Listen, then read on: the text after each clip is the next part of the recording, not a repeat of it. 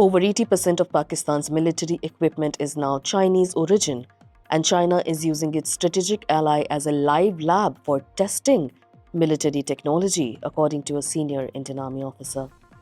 Lieutenant General Rahul R. Singh, Deputy Chief of Army Staff, Capability Development and Sustenance, shared these details during a defense event today in Delhi.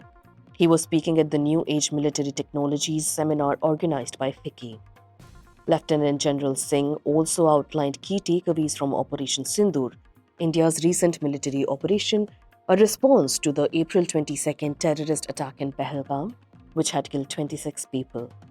The cross-border operation conducted in Pakistan and Pakistan-occupied Kashmir targeted 9 terror-based sites.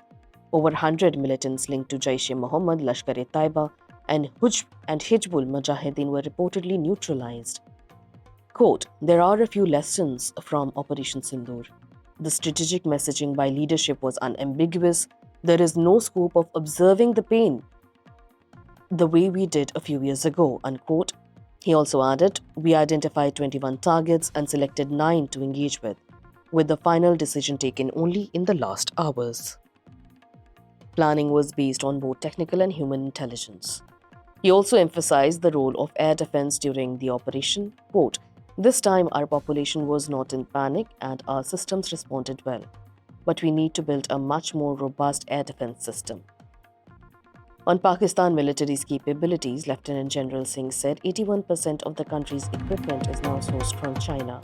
China is now able to test its weapons against other systems.